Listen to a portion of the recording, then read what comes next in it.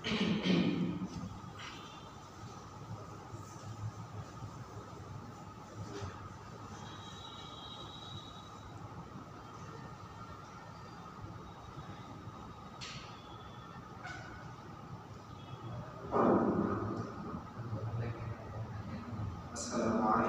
warahmatullahi wabarakatuh. Alhamdulillah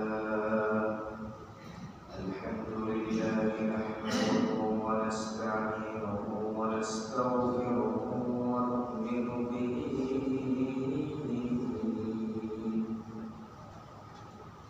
wa natawakkalu alayhi wa na'udzu billahi min shururi anfusina wa min sayyiati a'malina man yahdihillahu fala mudilla lahu wa man yudlil fala hadiya lahu ay falan tajida lahu waliyyan murshida. أما بعد فإن خير الحديث كتاب الله وخير الهدي هدي محمد صلى الله عليه وسلم وشر الأمور محدثاتها وكل محدثة بدعة وكل بدعة ضلالة وكل ضلالة في النار. أما بعد فقد قال الله تعالى في كلامه المجيد وفرقانه الحميد. সবাই আমার সাথে জবান করে তেলাওয়াত করেন। আউযু বিল্লাহি মিনাশ শাইতানির রাজীম। বিসমিল্লাহির রাহমানির রাহিম। أم حسبتم أن تدخلوا الجنة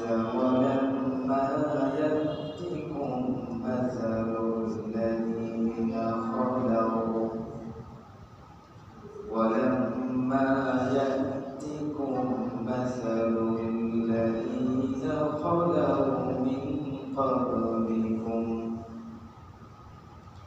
مستهم البأساء والضراء وزلزلوا حتى يقول الرسول والذين آمنوا معه متى نصر الله ألا إن نصر الله قريب.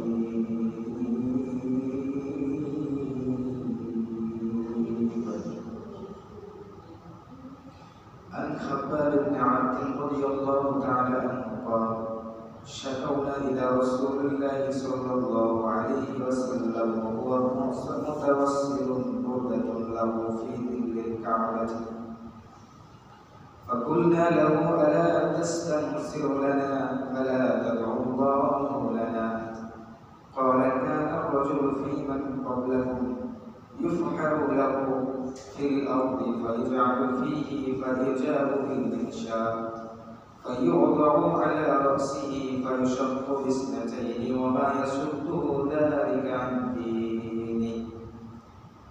وينشد بأمشاط الحديد ما دون لحمه من عظم أو رطب وما يصده ذلك عن دينه والله ليمكن هذا الأمر حتى يسير الراكب من صنعاء إلى حضرموت لا يخاف إلا الله أو الذئب على غنمه ولكنكم تستعجلون رواه البخاري. الحمد لله.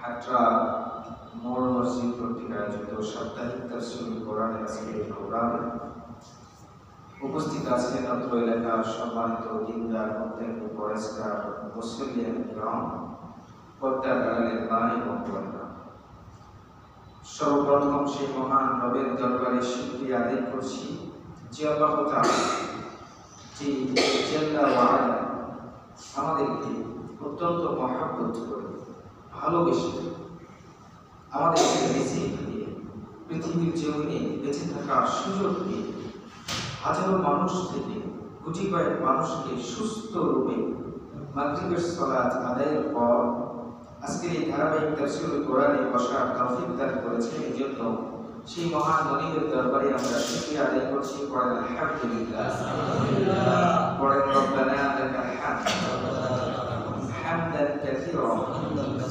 তাইয়িবান মুবারাকান ফীহি। প্রশংসা করলাম কার? প্রশংসা করলে খুশি হয়ে যায় কে? আল্লাহর হাবিব সাল্লাল্লাহু আলাইহি ওয়াসাল্লাম বলেছেন, কোন বান্দা যদি আল্লাহ তাআলাকে প্রশংসার সহিত ডাকতে পারে, এমনিতেই চাওয়া আল্লাহ তাআলার কাছে প্রশংসা সহকারে যদি ডাকতে পারে, তাহলে আল্লাহ তাআলা ওই দোয়াকে আর ফেরত দেন না, কবুল করেন। সুবহানাল্লাহ। এই জন্য প্রশংসা করার দরকার আছে না? আজকে মাগরিবের সালাতে আমরা সূরাতুল ফাতিহা পড়েছি কি পড়িনি? সূরাতুল ফাতিহা ছাড়া নামাজ হবে না, ঠিক কি না? সূরাতুল ফাতিহা এটা নামাজে পড়তে হবে, এটা ছাড়া নামাজ হবে না। রাসূল সাল্লাল্লাহু আলাইহি ওয়াসাল্লাম আজ থেকে 1000 বছর আগে এর দলিল দিয়ে গেছেন। লা সালাতা লিমান লা ইয়াকরা বিফাতিহাতিল কিতাব। এই যে সূরাতুল ফাতিহা, যেটাকে উম্মুল কিতাব বলা হয়েছে, গোটা কোরআনের সার নির্যাস আল্লাহ তাআলা সূরাতুল ফাতিহার এই 7টি আয়াতের মধ্যে ঢুকিয়ে দিয়েছেন। পড়েন আল্লাহু আকবার। সম্মানিত ভাইরা, এই সূরাতুল ফাতিহার মধ্যে আল্লাহ তাআলার প্রশংসা আছে না নাই? দেখেন তো, একটা আয়াত তেলাওয়াত করি। আমরা নামাজে দাঁড়িয়ে গেলাম, সর্বপ্রথম আল্লাহ রাব্বুল আলামিনের নিকটে তাকে সম্মুখে করে দাঁড়িয়ে গেলাম নামাজে। আল্লাহ তাআলা আমাদেরকে দেখছেন। আল্লাহর হাবিব বলেছেন, কান্নাকা তারাহু, তুমি যেন তুমি তোমার রবকে তুমি সামনাসামনি দেখছো নামাজে যখন তুমি দাঁড়িয়ে যাও।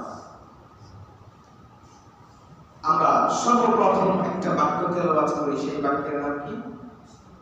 আলহামদুলিল্লাহি রাব্বিল আলামিন। বিশ্বজাহানের প্রতিপালক, সকল প্রশংসা একমাত্র কার জন্য? আল্লাহ। এই বাক্যের মধ্যে প্রশংসা আছে না? বাক্যের প্রথম বাক্যটা শুরু হয়েছে শব্দটা, সেটাই হচ্ছে আলহামদুলিল্লাহ, মানে সমস্ত প্রশংসা আল্লাহর জন্য। এর পরবর্তী আমরা যতগুলো আয়াত পড়ি, ইহদিনাস সিরাতাল মুস্তাকিমের আগ পর্যন্ত প্রত্যেকটা আয়াতে আল্লাহ তাআলার সিফাত বরত্ব প্রকাশ করা হয়। এই জন্য আল্লাহ তাআলা খুশি হয়ে যান। ইহদিনাস সিরাতাল মুস্তাকিম বলার সঙ্গে সঙ্গে আল্লাহ তাআলা আপনাকে কবুল করে সরল পথ আপনাকে দেখিয়ে দেন। পড়েন সুবহানাল্লাহ।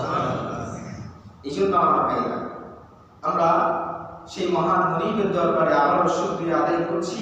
চিৎকার করে পড়েন আলহামদুলিল্লাহ। বিশ্বনবী মুহাম্মদুর রাসূলুল্লাহ সাল্লাল্লাহু আলাইহি ওয়াসাল্লামের উপর দরুদ এবং শান্তি বর্ষিত হোক। আমরা সকলেই পড়ছি সাল্লাল্লাহু আলাইহি ওয়াসাল্লাম।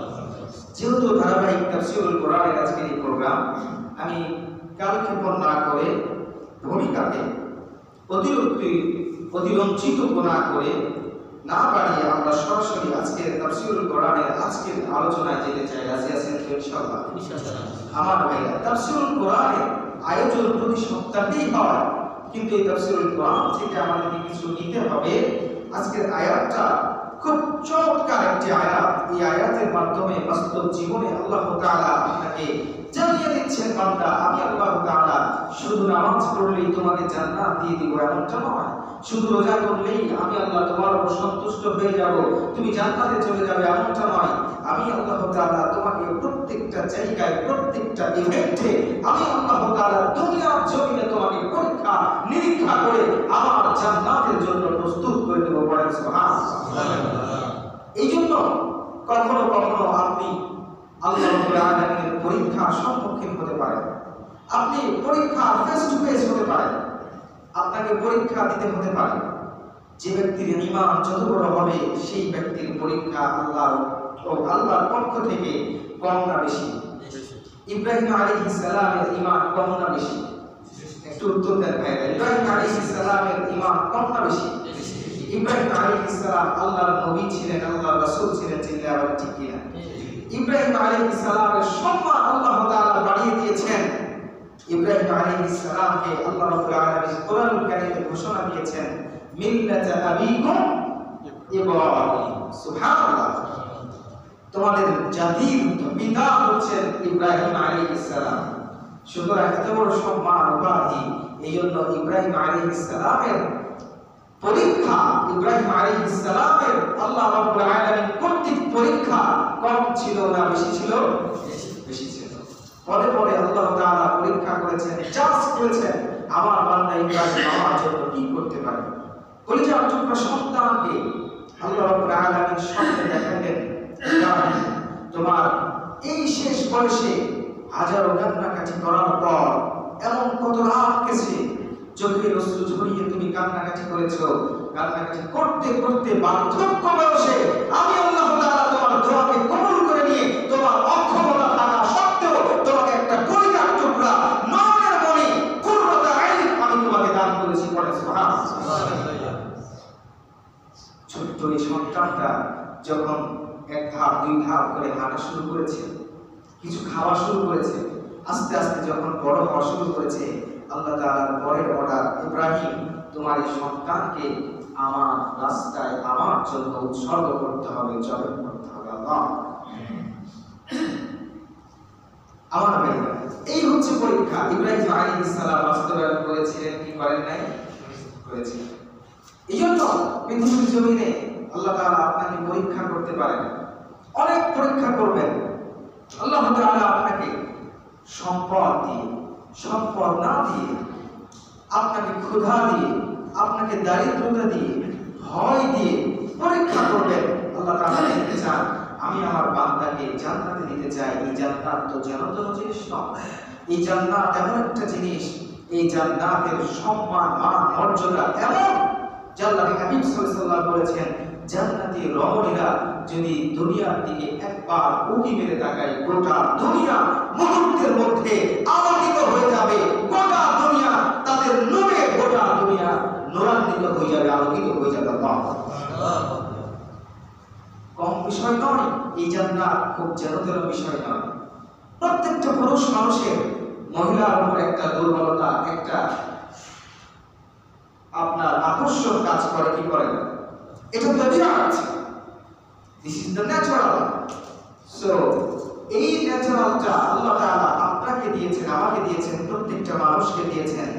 আল্লাহ রাব্বুল আলামিন জান্নাতে যে হুরকে আপনার জন্য প্রস্তুত করে রেখেছেন, আল্লাহর হাবিব সাল্লাল্লাহু আলাইহি ওয়াসাল্লাম বলেছেন সে যদি একবার দুনিয়ার দিকে উকি মেরে তাকায়, গোটা দুনিয়া মুহূর্তেই আলোকিত হয়ে যাবে। জান্নাতের মর্যাদা কতটুকু, জান্নাত কত দামি বিষয় আপনাকে আরেকটু বোঝাই। আল্লাহর হাবিব সাল্লাল্লাহু আলাইহি ওয়াসাল্লাম বলেছেন এই জান্নাতের মাঝখানে একটা ছোট্ট লাঠি অথবা বেদ পরিমাণ জায়গাটা, জান্নাতে এই বেদ পরিমাণ জায়গা, এই লাঠি পরিমাণ জায়গা, গোটা দুনিয়া আসমান যা আছে সব কিছু যদি গাড়ি পাল্লা এক পাল্লায় তুলে দেওয়া হয়, আর যাই জান্নাতের ওই জায়গা সম পরিমাণ জায়গা গাড়ি পাল্লার আরেকটা পাল্লায় যদি তুলে দেওয়া হয়, আল্লাহর হাবিব সাল্লাল্লাহু আলাইহি ওয়াসাল্লাম বলেছেন এই পাল্লাটাই বেশি হয়ে যাবে, উত্তম হয়ে যাবে। এর নাম হচ্ছে জান্নাত। এই জন্য আমার ভাইরা আল্লাহ রাব্বুল আলামিন বলেন وَلَنَبْلُوَنَّكُمْ بِشَيْءٍ مِّنَ الْخَوْفِ وَالْجُوعِ وَنَقْصٍ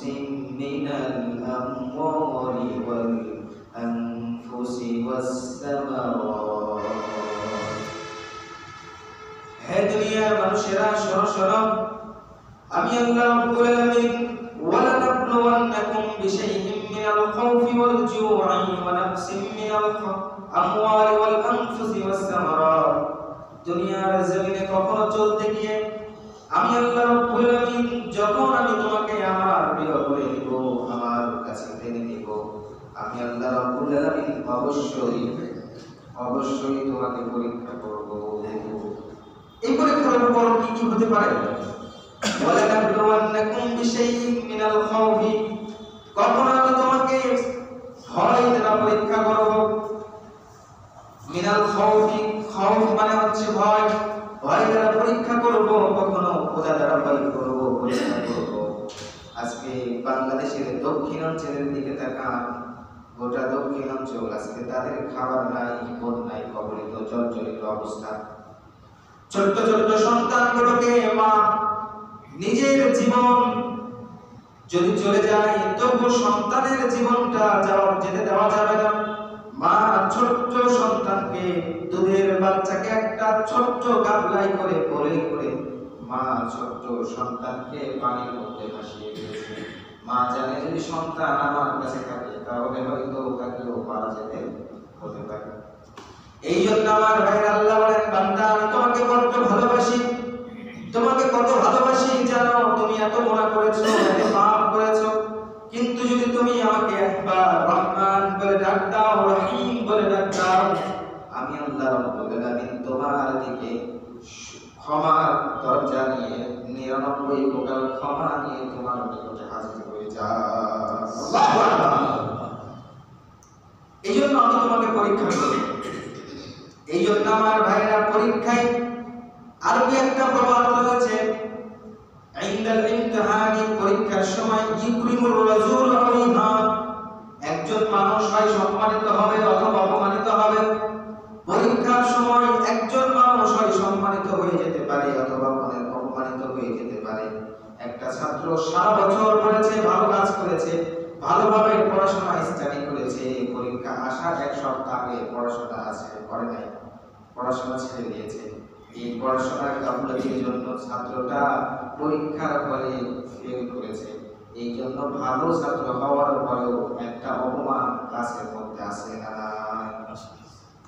এই জন্য আল্লাহ রাব্বুল আলামিন বলেন, ওয়ালানাবলুওয়ান্নাকুম বিশাইইম মিনাল খাউফি ওয়াল জু'i, ও দুনিয়ার মানুষেরা আমি আল্লাহ রাব্বুল আলামিন তোমাদেরকে পরীক্ষা করব, কখনো খোদা দ্বারা, ভয় দ্বারা, কখনো তোমাদেরকে আমি পরীক্ষা করব। সুতরাং এই পরীক্ষা যারা পাস করবে আল্লাহ রাব্বুল আলামিন বললেন, আমি আল্লাহ রাব্বুল আলামিন তাদের জন্য জান্নাতকে প্রস্তুত করে রেখেছি। বলেন সুবহানাল্লাহ। সুতরাং এই পরীক্ষা যারা পাস করবে তাদেরকে আল্লাহ তাআলা জান্নাত দিয়ে দিবেন। এইজন্য আল্লাহ রাব্বুল আলামিন যখন আপনাকে পরীক্ষা করবেন, ধৈর্য এই পরীক্ষার সঙ্গে রাখতে হবে।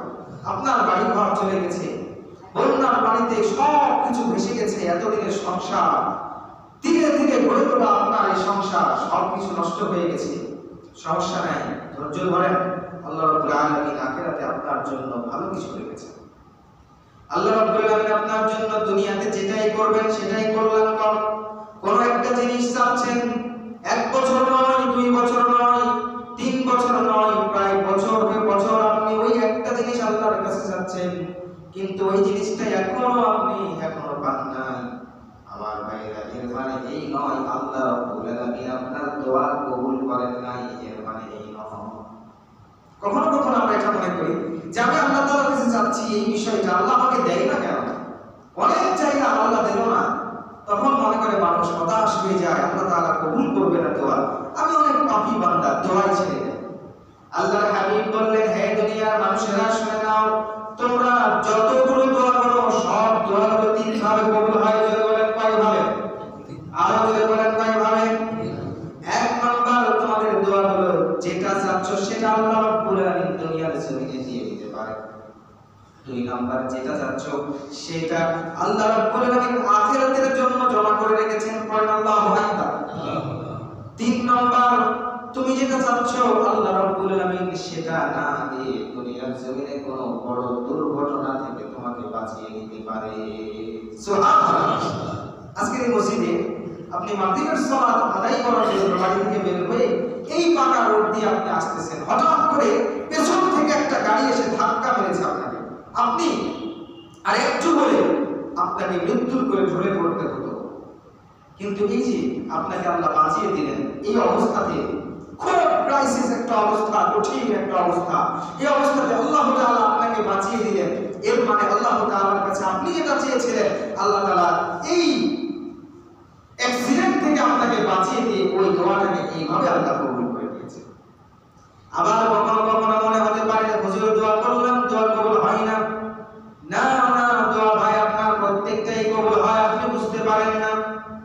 দুনিয়ার জমিনে আল্লাহ রাব্বুল আলামিনের নবী বলেন, রাতের 2/3 যখন চলে যায় অথবা যখন রাতের 1/3 বাকি থাকে, ওই সময় আল্লাহ রাব্বুল আলামিন দুনিয়ার নিকটবর্তী আসমানে তিনি নেমে আসেন। বান্দার নিকটে তিনি ডাকতে থাকেন, আপনাকে আমাকে ডাকতে থাকেন, হে আমার বান্দা আমার নিকট যাও, আমি আল্লাহ তোমার সব চাওয়া পূর্ণ করে দেব। রাতের আধারে আপনি চাইলেন গোটা দুনিয়ার মানুষের সবগুলো ঘুমায়, কোনো কাক পক্ষীও নাই জেগে আছে, এমন কোনো মানুষও নাই। এমন অবস্থায় আপনি আপনার রবের সাথে কথা বলছেন। আল্লাহ রাব্বুল আলামিন বলেন, ইয়া আইয়ুহাল মুযাম্মিল কুমিল লাইলা ইল্লা কালিলা নিসফাহু আও ইনকুস মিনহু কালিলা আও জিদ আলাইহি ওয়া রাত্তিলিল কুরআনা তারতিলা। জোরে বলেন আল্লাহু আকবার। আল্লাহ রাব্বুল আলামিন বিশ্বনবীকে ডাক দিয়ে বলেন, হে নবী, আপনার চাদর মুড়ি দিয়ে শুয়ে থাকার সময় নাই, উঠে যান। কেটা ওয়েক আপ, উঠে যান আপনি ঘুম থেকে। This is the high time for accepting দোয়া, ইওর প্রেয়ার। এই সময়টা হচ্ছে আপনার সবচেয়ে একটা সার্টেন সময়, যে সময় আল্লাহ তাআলা দোয়া করলে আপনার দোয়াকে ফেরত দেন না, সাথে সাথে কবুল করে দেন। সুবহানাল্লাহ। ইয়া আইয়ুহাল মুযাম্মিল, হে নবী, আপনি চাদর মুড়ি দিয়ে শুয়ে আছেন কেন? উঠে যান। ইয়া আইয়ুহাল মুযাম্মিল কুমিল লাইলা ইল্লা কালিলা, রাতের কিছু অংশ উঠে গিয়ে আপনি আল্লাহর দরবারে দাঁড়িয়ে যান। কুমিল লাইলা ইল্লা কালিলা নিসফাহু আও ইনকুস মিনহু কালিলা, রাতের 2/3 হয়তো আপনি আল্লাহর দরবারে দাঁড়িয়ে থাকুন অথবা 1/3 দাঁড়িয়ে থাকুন। আমার ভাইরা, পৃথিবীর জমিনে যত মানুষ বড় মর্যাদা অধিকারী হয়েছে, যত মানুষ পৃথিবীর জমিনে আল্লাহ রাব্বুল আলামিন যাদেরকে মর্যাদামণ্ডিত করেছেন, যাদেরকে আল্লাহ তাআলা পৃথিবীর জমিনে মর্যাদা দিয়েছেন, সম্মান দিয়েছেন, যশ প্রতিপত্তি দিয়েছেন, যেমন প্রত্যেকটা মানুষই আল্লাহ রাব্বুল আলামিনের কাছে সম্মানিত হয়েছে, এই মানুষগুলা রাতের বেলা নামাজের মাধ্যমে সম্মানিত হয়েছে। কথা বলেন না? কারণ রাতের নামাজের এমন একটা পাওয়ার, এই সময় আপনি আল্লাহ রাব্বুল আলামিনের কাছে চাইবেন, আল্লাহ দিবেন। কেউ নাই, আপনি শুধু আল্লাহ রাব্বুল আলামিনের সাথে কন্টাক্ট করছেন। আল্লাহকে আপনি রাখতেছেন, আল্লাহ রাব্বুল আলামিন আপনাকে দেখতেছেন।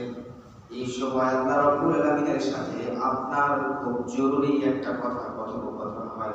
নামাজ মানে কথোপকথন, নামাজ মানে হচ্ছে আল্লাহ রাব্বুল আলামিনের সাথে আপনার কথোপকথন। প্রত্যেকটা আয়াতগুলো লক্ষ্য করেন, প্রত্যেকটা অনুবাদগুলো লক্ষ্য করেন। আয়াতে যা পড়ছেন, দোয়া যতগুলো পড়ছেন, সবগুলো দেখবেন আল্লাহর সাথে কথোপকথন। রুকুতে গেলাম, রুকুতে যাওয়ার পরে দোয়া করি সুবহানা রাব্বিয়াল আযীম, সিজদায় যাওয়ার পরে দোয়া করি সুবহানা রাব্বিয়াল আ'লা। ঠিক কি না? কথা বলেন, ঠিক কি না? কষ্ট হচ্ছে আপনাদের? না, কষ্ট। আমার ভাইরা, সুবহানা রাব্বিয়াল আ'লা, সুবহানা রাব্বিয়াল আযীম, এই বাক্য বললে আপনি জানেন না কি হয়, কিন্তু আল্লাহ রাব্বুল আলামিন বলেন, বান্দা, এই বাক্য বলার সঙ্গে সঙ্গে আমি বলি, তুমি আমার বান্দা দেখো, আমার জন্য প্রশংসা করেছে, আমার বড়ত্ব প্রকাশ করেছে, আমাকে মর্যাদামণ্ডিত মনে করছে। পড়েন আল্লাহু আকবার। একটাবার ভাবেন তো, আপনি রুকুতে গিয়েছেন নামাজে গভীর রজনীতে, পাশে বসা আপনার পাশে ঘুমন্ত স্ত্রী শুয়ে আছে, আপনি নামাজে দাঁড়িয়ে গেছেন, আপনার ছেলে মেয়ে ঘুমানো অবস্থায়, আপনার পাড়া প্রতিবেশী ঘুমায়, আপনার চারপাশের মানুষগুলো ঘুমায়, ইচ্ছা যেন এমন অবস্থা থমকে গেছে, এমন অবস্থায় আপনি গভীর রজনীতে উঠে রুকুর দিকে আপনি আল্লাহ রাব্বুল আলামিনকে বলছেন সুবহান রাব্বিয়াল আযীম।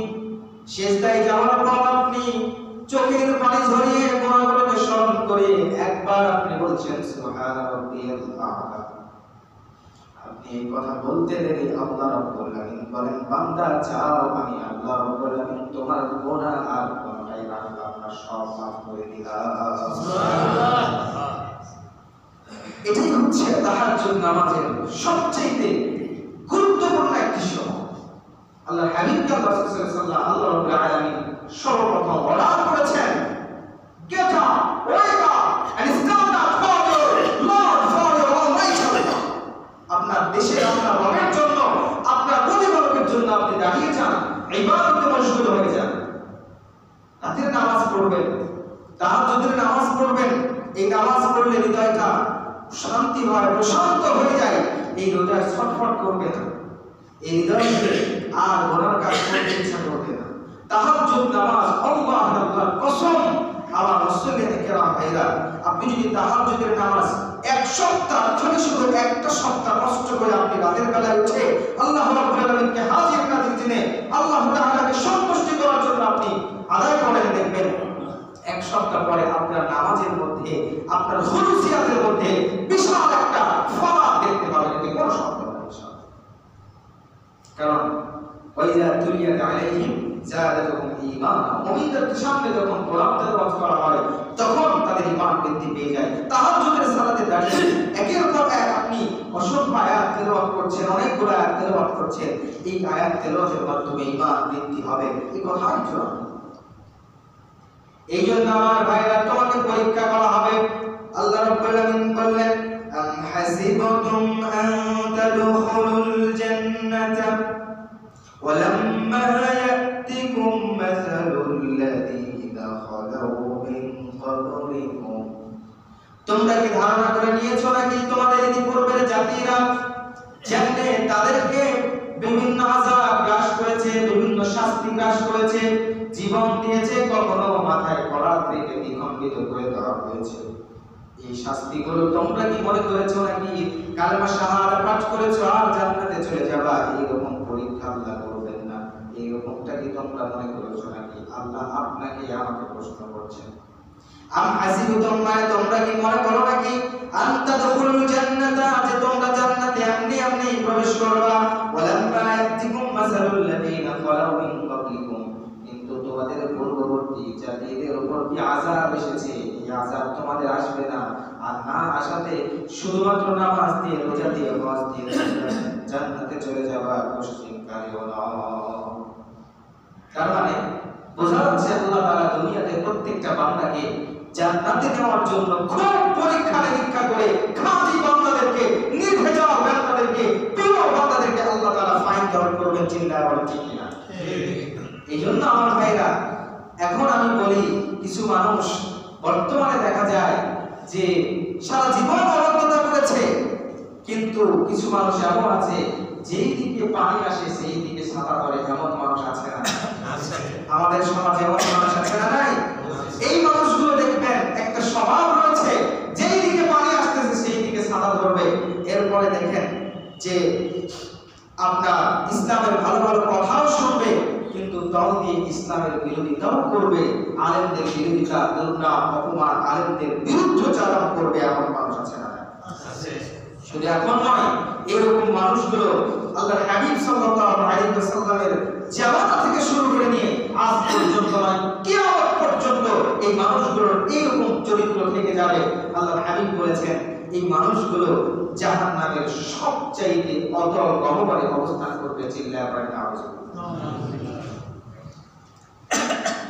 এই জন্য আমার ভাইরা, খাব্বাব ইবনে আরদ রাদিয়াল্লাহু তাআলা আনহু, খাব্বাব ইবনে আরদ রাদিয়াল্লাহু তাআলা আনহু আল্লাহর হাবিব সাল্লাল্লাহু আলাইহি ওয়াসাল্লামের একজন অন্যতম প্রাণের একজন সাহাবী। খাব্বাব ইবনে আরদ রাদিয়াল্লাহু তাআলা আনহু, তিনি একদিন মক্কায় আল্লাহ রাসূল সাল্লাল্লাহু আলাইহি ওয়াসাল্লামের কাছে অভিযোগ দায়ের করার জন্য চলে গিয়েছেন। কি করবেন? অভিযোগ করবেন। খাব্বাব ইবনে আরদ রাদিয়াল্লাহু তাআলা আনহু মক্কা মাটিতে, মক্কা মক্কার মানুষেরা এত বেশি নির্যাতন, নিপীড়ন, নিষ্পেষণ, এইগুলো আর সহ্য হয় না। খাব্বাব রাদিয়াল্লাহু তাআলা আনহু এবার চলে গেছেন আল্লাহর হাবিবের কাছে। তারপর আল্লাহ রাসূল সাল্লাল্লাহু আলাইহি ওয়াসাল্লামের কাছে যাওয়ার পর খাব্বাব রাদিয়াল্লাহু তাআলা আনহু বিশ্ব নবীকে বলছেন, ইয়া রাসূলুল্লাহ, আপনি কি আমাদের জন্য দোয়া করবেন না? আর কত দেখবেন আমাদের ভাইয়েরা শহীদ হয়ে যাচ্ছে, একের পর এক শাহাদাত বরণ করছে। এই মক্কা, আবু লাহাব, উতবা, শাইবা, আবু জাহল, এই মানুষগুলি আপনার সাহাবীদেরকে ধরে ধরে তারা জবর করছে, শাস্তি দিচ্ছে। আর কত দেখবেন? আপনি কি আল্লাহ রাব্বুল আলামিনের কাছে দোয়া করবেন না? আল্লাহ তাআলা কখন আমাদেরকে তার সাহায্য পাঠিয়ে দিবেন, আমরা এটা দেখতে চাই। আপনি একটু দোয়া করেন আল্লাহর কাছে। আমার ভাইরা, খাব্বাব রাদিয়াল্লাহু তাআলা আনহু বিশ্বনবীর কাছে গেলেন। বিশ্বনবী আহত অবস্থায়, সহিহুল বুখারীর বর্ণনা 3612 নম্বর হাদিসের বর্ণনা, বিশ্বনবী আহত অবস্থায় মুতাওয়াসসিতুন বুরদাতুন লাহু ফি দিল্লিল কাবা, বিশ্বনবী কাবা শরীফের ছায়াতে তার চাদরটাকে বালিশ করে বিশ্বনবী একটু শুয়ে আছেন। জোরে বলেন না আল্লাহু আকবার। আমার ভাইরা, বিশ্বনবী এমন নবী, যেই নবীর পরে আর কোন নবী আসবে না। কথা বলেন ঠিক কিনা? ঠিক। বিশ্বনবী এমন নবী, যেই নবী গোটা জাহানের নেতা। কথা বলেন ঠিক কিনা? ঠিক। আপনার আমার নেতা যদি একজন মিম্বার হয়, তাহলে মিম্বারের বাড়িটা জাঁকজমকপূর্ণ হয়। কথা বলেন ঠিক কিনা? একজন চেয়ারম্যানের বাড়ি মিম্বারের চাইতে জাঁকজমকপূর্ণ হয়। একজন এমপির বাড়ি বাকি দুইজনের চাইতে জাঁকজমকপূর্ণ হয়। একজন মন্ত্রীর বাড়ি সবার চাইতে জাঁকজমকপূর্ণ বেশি হয়। টাকা অনেকগুলো থাকে। আমার আপনার নবী বিশ্বনবী মুহাম্মদুর রাসূলুল্লাহ, যিনি দুনিয়ার জমিনে সকল নবীদের লিডার, যিনি হলেন দুনিয়ার জমিনে আপনার নেতা, আমার নেতা, বিশ্ব নেতা মুহাম্মদুর রাসূলুল্লাহ সাল্লাল্লাহু আলাইহি ওয়াসাল্লাম, সেই নবী এবং সেই রাসূল একটাবার কল্পনার রাজ্যে একবার কল্পনা করেন তো দেখি। সেই রাসূল মক্কায় কাবা শরীফের ছায়ায় বিশ্বনবী মাথার যে চাদরটা, পাগড়িটা, ওই চাদরটা একটু ভাঁজ করে পেঁচিয়ে বালিশ করে বিশ্বনবী কাবা শরীফের ছায়ার নিচে শুয়ে আছে। বিশ্বনবীর পেছনে, মানে বিশ্বনবীর পিঠের নিচে একদম শক্ত খেজুর পাতার পাঁটি একটা রাখা হয়েছে। বিশ্বনবীর গোটা দেহ মোবারকটা পাটির দাগগুলো, ছাপগুলো যেন বোঝা যায়। ওমর ফারুক রাদিয়াল্লাহু তাআলা যখন বিশ্বনবীকে দেখলেন, বিশ্বনবীর পেছন দিকে পিঠে পাটির দাগগুলো একে বোঝা যায়। ওমর ফারুক রাদিয়াল্লাহু তাআলা চোখের অশ্রু ধরে রাখতে পারেন না। ওমর ফারুক বিশ্বনবীকে ডাক দিয়ে বলেন, ইয়া রাসূলুল্লাহ, ইয়া হাবিবাল্লাহ, ওই যে পারস্যের সম্রাট, ওই যে রোমের সম্রাটেরা এত বড় টাকা পয়সার মালিক, তারা এত বড় আলিশান বাড়িতে থাকে, লাক্সারিয়াস বাড়িতে থাকে, অনেক বড় বড় বাড়ি তারা থাকে। ইয়া রাসূলুল্লাহ, তারা তো মাত্র একটা জায়গা, তার নেতা। আপনি তো আল্লাহর হাবিব, আপনি তো বিশ্ব নবী, আপনাকে আমরা একটা বালিশ একটা কিনে দিতে পারি না, একটা সুন্দর আপনাকে বেড সিটও দিতে পারি না। আপনি জন্য আমরা কি একটা সুন্দর বেড সিট তৈরি করে দেব নাকি? আপনি বলেন। আল্লাহর হাবিব বলেন, হে ওমর, তুমি কি মনে করো দুনিয়ার জীবনটাই শেষ? দুনিয়ার জীবনটাই মনে হয় চিরস্থায়ী? তুমি কি মনে করো? না না, কখনো নয়। এই দুনিয়ার জীবনটা আজকে আছে, আগামীকালকে নাই। কথা বলেন ঠিক কিনা? পৃথিবীতে কেউ তো স্থায়ী হয় না, হোক না সে ফেরাউন কিংবা নমরুদ, কেউ হবে চিরদিন রয়না। পৃথিবীতে কেউ তো স্থায়ী হয় না, হোক না সে ফেরাউন কিংবা নমরুদ, কেউ হবে চিরদিন রয়না। ঠিক কি না? এই পৃথিবীতে আমরা থাকতে আসি নাই, আমাদেরকে চলে যেতে হবে। We have to go. আমাদেরকে চলে যেতে হবে। This world is not for permanent for you. আপনার জন্য এই পৃথিবী চিরস্থায়ী পৃথিবী নয়। এই পৃথিবী ছেড়ে আপনাকে আখিরাতের জামানায় পড়ে যেতে হবে। This is the fact. এটাই হচ্ছে ব্যাপার। আপনাকে আখিরাতে পাড়ি দিতে হবে। এটা সত্য, এটা নির্ভেজাল খাঁটি সত্য, পৃথিবীর কঠিন বাস্তবতা মৃত্যু। এই মৃত্যু আপনাকে পাকড়াও করবে। এই জন্য কোনো ভয় নাই। মুসলমানদের মৃত্যু হচ্ছে যতদিন মুসলমান বেঁচে থাকবে, গাজী হয়ে বেঁচে থাকবে। যখন মুসলমান মৃত্যুবরণ করবে তখন মুসলমান শহীদ হয়ে মৃত্যুবরণ করবে। এটাই ছিল সাহাবায়ে কেরামদের ইন্টেনশন, নিয়াত। এই জন্য আমার ভাইরা, সাহাবায়ে কেরামের জীবনে আপনি রিসার্চ করেন। বিশ্বনবীর সাহাবাদের জীবনী এমন ছিল, দিনের বেলায় তারা উটের পিঠে যুদ্ধ করতেন, রাতের বেলা তারা চাই নামাজে চোখের পানি ঝরাতেন। আল্লাহু আকবার। দেখেন কি পরিমাণ ঈমানি কুওয়াত ছিল তাদের। দিনের বেলা উটের পিঠে চড়ে বেড়াতেন, রিজিকের সন্ধানে বেরিয়ে পড়তেন, কখনো কখনো যুদ্ধের ময়দানে চলে যেতেন।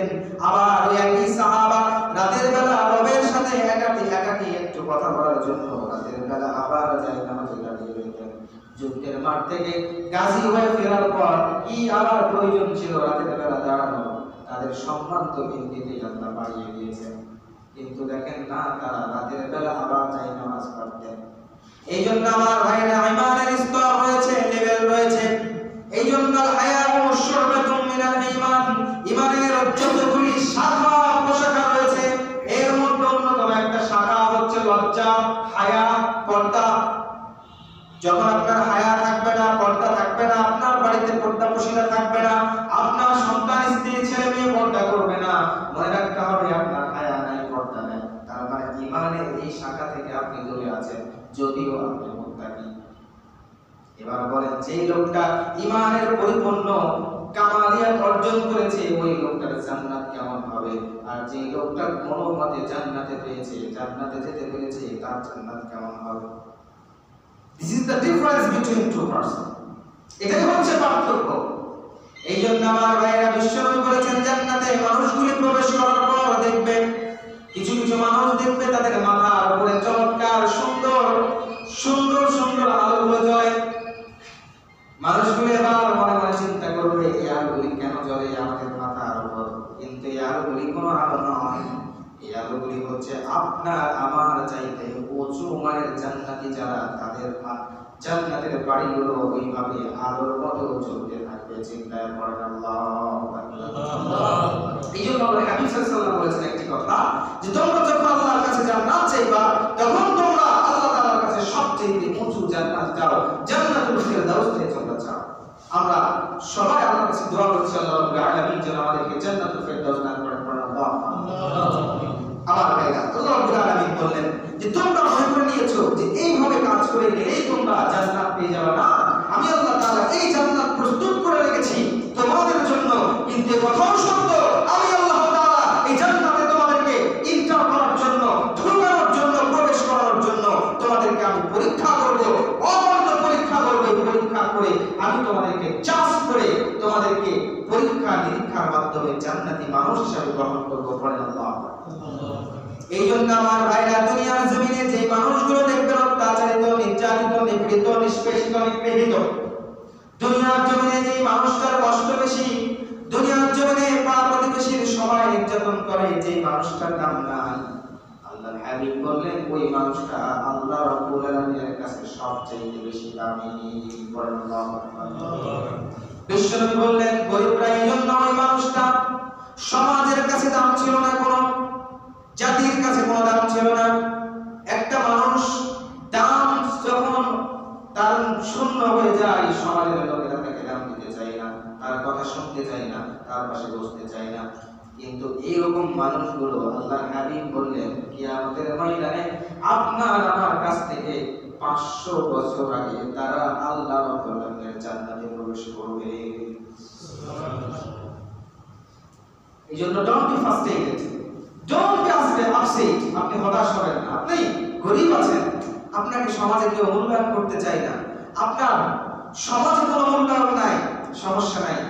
এই দুনিয়ার জীবন ক্ষণস্থায়ী। আপনি আল্লাহ তাআলা ইবাদত করতে করতে এই সংক্ষিপ্ত জীবনটা পার করে দেন। আপনার জন্য আল্লাহ তাআলা এত কঠিন সুন্দর একটা ব্যবস্থা জান্নাতে প্রস্তুত করে রেখেছেন। রাসূল বলেছেন 500 বছর আগেই আল্লাহ তাআলা আপনাকে জান্নাতে প্রবেশ করাবেন। সুবহানাল্লাহ। হযরত বেলাল রাদিয়াল্লাহু তাআলা অত্যন্ত কালো কুচকুচে একজন মানুষ, তিনি ইসলাম গ্রহণ করলেন। আল্লাহর হাবিব সাল্লাল্লাহু আলাইহি ওয়াসাল্লাম মেরাজের রাতে জান্নাতে গেলেন। জান্নাতে যাওয়ার পর আল্লাহ রাসূল সাল্লাল্লাহু আলাইহি ওয়াসাল্লাম পায়ের শব্দ শুনলেন, পরবর্তীতে জিজ্ঞাসা করা হলো, রাসূলের আগে আগে পায়ের শব্দ শোনা যায়, এটা কার শব্দ, কে হাঁটতেছে? আল্লাহর হাবিব প্রশ্ন করলেন, তখন উত্তর এলো, বেলাল বিন রাবাহ রাদিয়াল্লাহু তাআলা। চিন্তা করতে পারেন কত সম্মান আল্লাহ দিয়েছিলেন, অথচ কালো একজন মানুষ, সমাজে দাস ছিল, মূল্যায়ন ছিল না, 2 পয়সা মূল্য তার দিত না মানুষ, কিন্তু আল্লাহ রাব্বুল আলামিন তার মূল্য কত বেশি বাড়িয়ে দিয়েছে। এইজন্য আল্লাহ তাআলার আদালতে কে ধনী কে গরিব, কে কালো কে উঁচু কে নিচু, এগুলো দিয়ে বিচার হয় না। বিচার হয় একটা জিনিস দিয়ে, চিল্লায় পড়েন, তার নাম কি? ঈমান। তাকওয়া দিয়ে বিচার হয়, ঈমান দিয়ে বিচার হয়। এই জন্য আল্লাহ রাব্বুল আলামিন বলেন, আম হাসিবতুম আন তাদখুলুল জান্নাতা ওয়া লাম্মা ইয়াতিকুম মাসালুল লাযীনা খালাউ মিন ক্বাবলিকুম। হে মানুষরা, তোমরা এটা মনে করো না আমি আল্লাহ রাব্বুল আলামিন কোশ্চেন কালেও আমি তোমাদেরকে পরীক্ষা করব। খাব্বাব ইবনে আরদ রাদিয়াল্লাহু তাআলা বিশ্বনবীর কাছে চলে গেলেন। রাসূল সাল্লাল্লাহু আলাইহি ওয়াসাল্লাম খাব্বাব রাদিয়াল্লাহু তাআলা কে বললেন, ও খাব্বাব, দাঁড়াও, আমি তোমাকে 2টা ঘটনা বলি। খাব্বাব, তুমি চলে এসেছো আমার কাছে, তোমার সামান্য কয়লার উপর তোমাকে একটু শুইয়ে দেওয়া হয়েছে, তোমার কয়লার উপর শোয়ার পরে পিঠের চামড়াগুলি গলে গলে কয়লা নিভে গেছে, এই কষ্ট তুমি সহ্য করতে না পেরে আমার কাছে চলে এসেছো। বেলাল রাদিয়াল্লাহু তাআলা বলেন, ওই যে কয়েকদিন আগে বুকের উপর পাথর চাপা দেওয়া হলো, বেলাল রাদিয়াল্লাহু তাআলা, এরকম শাস্তির কারণে তোমরা আমার কাছে চলে এসেছো।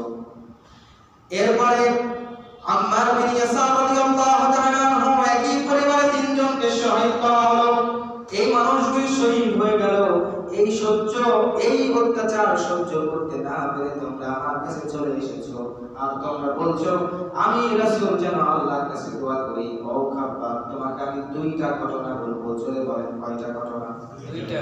বিশ্বনবী খাব্বাবকে সান্ত্বনা দেওয়ার জন্য বলছেন, ও খাব্বাব, আমি আল্লাহর নবী হয়ে বলছি, তোমাকে আমি আল্লাহর কসম 2টা ঘটনা বলবো।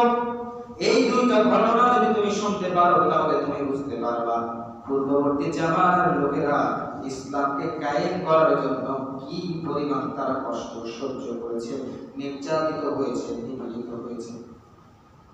আল্লাহর হাবিব আবার প্রথম নম্বর ঘটনা আরম্ভ করে দিলেন। খাব্বাব রাদিয়াল্লাহু তাআলা সামনে বসা, বিশ্বনবীর ঘটনা শোনার জন্য খাব্বাবের কানগুলো খরগোশের কানের ন্যায় করে খাব্বাব রাদিয়াল্লাহু তাআলা বিশ্বনবীর দিকে চেয়ে আছেন। আমার ভাইরা, এমন অবস্থায় বিশ্বনবী বলছেন, ও খাব্বাব, ফি মান কানা ক্বাবলাকুম, তোমাদের পূর্ববর্তী জামানায় এমন একজন লোক ছিল, ঈমানদার হওয়ার জন্য, মুত্তাকি হওয়ার জন্য কোনো সমস্যা নাই, কোনো পাপ নাই, কোনো গুনাহ নাই, কোনো অত্যাচার অন্যায় নাই, কোনো গুনাহ সে করে নাই। গুনাহ শুধু একটা, দিন ইসলাম কায়েম করতে চায়। গুনাহ শুধু একটা, কোরআনের কথা বলে। গুনাহ শুধু একটা, ইসলামের কথা বলে। গুনাহ শুধু একটা, তাওহীদের কথা বলে। এই জন্য খাব্বাব, ওই ব্যক্তিকে অ্যারেস্ট করা হলো, গ্রেফতার করা হলো। গ্রেফতার করার পর কয়েকদিন পর তার মাসলা, তার একটা মাসরা সংঘটিত করা হলো। বিশাল একটা ময়দানে নিয়ে যাওয়া হলো, লোকটাকে জানিয়ে দেওয়া হলো, ও ব্যক্তি, তোমাকে আগামীকাল অমুক জায়গায় নিয়ে যাওয়া হবে, তোমার প্রাণদণ্ড দেওয়া হবে, মৃত্যুদণ্ড তোমার জন্য দেওয়া হবে, তোমার রায় হয়ে গেছে, তোমার মৃত্যুটা ভয়াবহ মৃত্যু হবে। জানিয়ে দেওয়া হলো তোমার মৃত্যুটা কেমন হবে। তোমাকে লক্ষ লক্ষ মানুষের সামনে ফাঁকা একটা ময়দানে বুক পর্যন্ত মাটিতে পুঁতে দেওয়ার পর যখন তুমি নড়াচড়া করতে পারবে না, এমন তো কঠিন একটা অবস্থায় তোমার মাথায় করাত রাখা হবে। করাত রাখার পর 2 জন করাতের ডান এবং বাম পাশ দিয়ে এই করাত রাখার পর তোমার মাথা জীবন্ত একটা মানুষকে করাত দিয়ে 2 চিরে 2 ফাঁক করে বুক পর্যন্ত ফাঁক করে তোমাকে মৃত্যুদণ্ড দেওয়া হবে। খাব্বাব রাদিয়াল্লাহু তাআলা শুনতেছেন ঘটনা, আল্লাহর হাবিব সাল্লাল্লাহু আলাইহি ওয়াসাল্লাম স্বয়ং নিজে ঘটনা বলছেন। ও খাব্বাব, লোকটাকে ধরা হলো, যত সময় হাজির করা হলো, মাসরা সংগঠিত হয়ে গেল, অসংখ্য মানুষের ভিড় দেখা গেল। মানুষগুলো সকলেই যেন মনে হচ্ছে যেন তার মৃত্যু, এই মৃত্যু হওয়ার যে ঘটনা, এই ঘটনা থেকে তারা প্রশান্তি পেতে চায়, কারণ তারা কি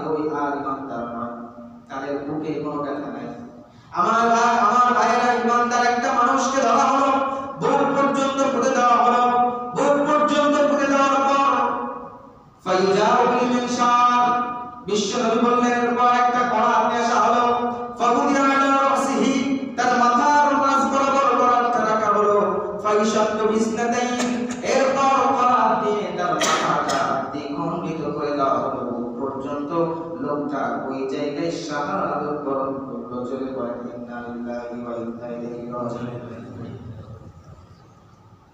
এই হচ্ছে ঈমানের পরীক্ষা ছিল। ও খাব্বা, আজকে তোমরা এই সামান্য একটু আঘাত কাফেরদের পক্ষ থেকে পাওয়ার কারণে আমার কাছে ছুটে চলে এসেছো যে ইয়া রাসূলুল্লাহ আর সহ্য করতে পারি না, আপনি একটু আমাদের জন্য দোয়া করুন আল্লাহর কাছে যেন আল্লাহ তাআলা তাড়াতাড়ি বিজয়টা দিয়ে দেন। ও খাব্বা, আরেকটা ঘটনা বলি এবার শোনো। এই ঘটনা আরো নির্মম, আরো ভয়াবহ একটা ঘটনা। এই ঘটনা যদি শোনা হয় চোখের অশ্রু ধরে রাখা যায় না আমার ভাইরা। বিশ্বনবী বললেন, ও খাব্বা, তোমার পূর্ববর্তী জামানায় এমন কতিপয় মুমিন বান্দা ছিল, এই মুমিন বান্দাদেরকে কখনো কখনো ঈমানদার হওয়ার জন্য অন্য কোনো দোষ তাদের নাই। ঈমানদার হওয়ার জন্য বিশাল এক ময়দানে হাজির করা হতো, শাস্তিগুলো মানুষের সামনে দেওয়া হতো। এরপর ওই মানুষগুলোকে একটা রশিতে একটা পিলারের সঙ্গে বেঁধে ফেলা হতো। বেঁধে ফেলার পর মানুষগুলোকে এবার এমন নির্মম ভাবে হত্যা করা হতো, একটা লোহার চিরুনি নিয়ে আসা হতো, ধারালো লোহার চিরুনি। লোহার চিরুনি দিয়ে ওই মানুষগুলোর গায়ের বস্তুগুলো টেনে টেনে হাড্ডিগুলো থেকে আলাদা করে দেওয়া হতো। এইভাবে মানুষটা শাহাদাত বরণ করত। কিন্তু খাব্বা, আল্লাহর কসম করে বলি তোমাকে, ওই মানুষগুলো এরপরেও ইসলাম থেকে তাওহীদ থেকে এক চুল পরিমাণ বিচ্ছিন্ন হয় না। খাব্বা, এই ছিল তাদের ঘটনা। আমার ভাইরা, আসহাবে কাহাফের ঘটনা আমাদের জানা আছে। আসহাবে কাহাফের ঘটনার সময় ইতিহাসের মধ্যে বর্ণনা এসেছে ওই মানুষগুলোকে যারা তাওহীদপন্থী মানুষ ছিল, কোরআন এবং হাদিস, কোরআন এবং আল্লাহর একত্ববাদীকে বিশ্বাস করে এক খোদাই যারা বিশ্বাস করত, এই মানুষগুলোকে বাঘের খাঁচায় ঢুকিয়ে দেওয়া হতো। ক্ষুধার্ত বাঘ খাবার জন্য যখন বাঘের খাঁচায় ঢুকিয়ে দেওয়া হতো, ক্ষুধার্ত বাঘ মুসলমানদেরকে, মুমিনদেরকে তারা এই জীবন্ত একটা মানুষকে তারা ভক্ষণ করত। আমার ভাইরা, বাংলার জমিনে গোটা এই 16 বছরের জিন্দেগানিতে আমরা এরকম শাস্তি দেখেছি, কথা বলেন ঠিক কিনা? আমরা বাংলার জমিনে দ্বিতীয়বার আরেকবার স্বাধীনতা পেয়েছি, এই জন্য বলি আলহামদুলিল্লাহ। কিন্তু আমরা চাই না এই নির্যাতন, এই নিপীড়ন আজকে আবার 10 বছর পর আবার পুনরাবৃত্তি হোক, এটা আমরা চাই না, কথা বলেন ঠিক কিনা? প্রকৃত যদি বিচার হয় তাহলে বাংলার জমিনে যতগুলি সেই ধর্মের, সেই অনুসারীর, সেই দলের লোক আছে, এরা কখনো বাংলার জমিনে ঠাঁই পেত না। আপনাকে আমি ভালোবাসি, আপনাকে মহব্বত করি, আপনাকে আমি রেসপেক্ট করি বলে, আপনি আমি রেসপেক্ট করি বলে আপনার মতো মানুষ ওই দলের সাপোর্টার হওয়ার পরেও এখন আপনি বাড়িতে ঘুমাতে পারছেন, কিন্তু আপনি প্রত্যেকটা শীতে আলেম ওলামাদেরকে ঘুমাতে দেন নাই। আপনার মনে আছে কিনা একটু দেখেন তো, কথা বলেন ঠিক কিনা?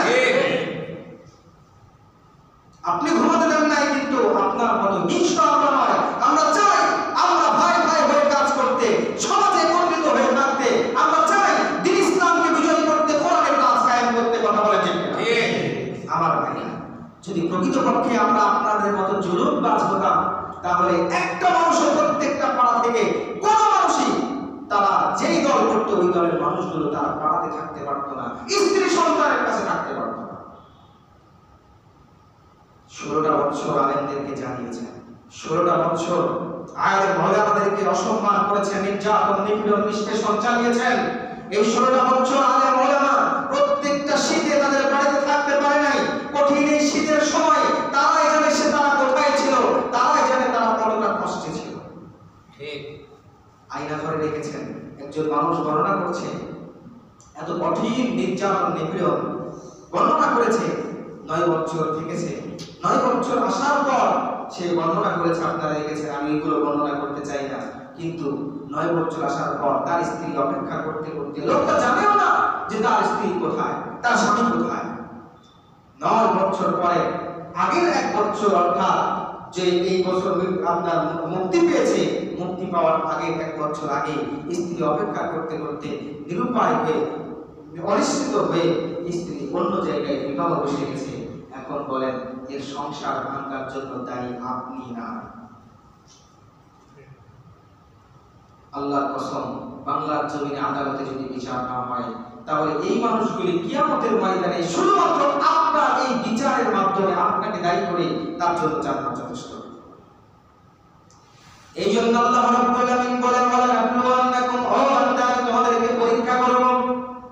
এই যে মানুষগুলোকে আপনি জ্বালিয়েছেন, পশ্চিম কালেও নয় আপনি মনে করছেন 16 বছর অনেক আরামে থাকিয়েছি, অনেক সুন্দরভাবে থেকেছি, কিন্তু এই 16 বছরের মাধ্যমে আপনি জাহান্নামকে একদম নিশ্চিত করে নিয়েছেন। যদি আপনি তার কাছে যে ক্ষমা না চাইতে পারেন, তাহলে মনে রাখেন অবস্থা খারাপ।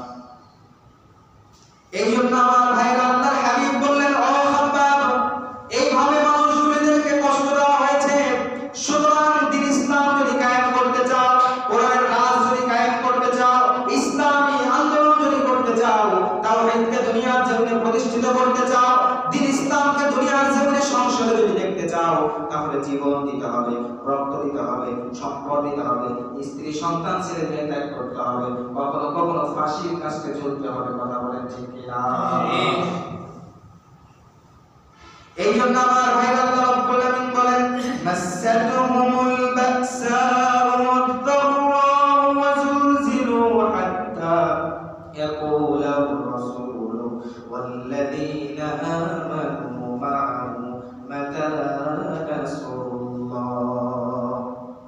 এই মানুষগুলি এত নির্যাতন নিপীড়ন সহ্য করেছে, নির্যাতনের পরাকাষ্ঠা এত বেড়ে গেছে, এমন অবস্থায় ওই জামানার মানুষগুলি সকলে একত্রিত হয়ে তাদের নবীকে বলেছে, হে আমাদের নবী, আমাদের রবের পক্ষ থেকে মাতা রাসূলুল্লাহ, কখন আপনার সাহায্য আসে, আর সহ্য করা যায় না। এই জন্য আল্লাহ রাব্বুল আলামিন বলেন, আলা ইন্না নাসরাল্লাহি করিব। আল্লাহু আকবার। আল্লাহ বলেন, ও আমার বান্দারা, টেনশন করো না, অধৈর্য হও না, আমি আল্লাহ রাব্বুল আলামিন তোমাদের জন্য এই নাসরুম করিব, নিকটবর্তী সাহায্য আমি আল্লাহ রাব্বুল আলামিন প্রস্তুত করে রেখেছি। মানুষ 1 মাস আগেও জানতো না ক্ষমতা এত তাড়াতাড়ি করতে যাবে। কথা বলে ঠিক কিনা? 1 মাসের মধ্যে গোটা বাংলাদেশ একদম রোডপাড়ে চলে গেল। আপনি জানতেন না, গদিতে 1 মাস আগেও জানতেন না বসে থেকে এই গণভবন আপনাকে ছেড়ে চলে যেতে হবে, জনগণ আপনাকে সময় দিবে না, এটা আপনি 1 মাস আগেও জানতেন না, কিন্তু 1 মাসের মধ্যে একদম আপনার অবস্থা খারাপ। এই জন্য আমার ভাইরা, আল্লাহ বলেন, আলা ইন্না রাসূলুল্লাহি করিব, আল্লাহর সাহায্য কত নিকটবর্তী। মানুষগুলো নিরুপায় হয়ে গেছে, মনে হয় যেন এই জালেম থেকে আজকে আর নিরুপণ নাই।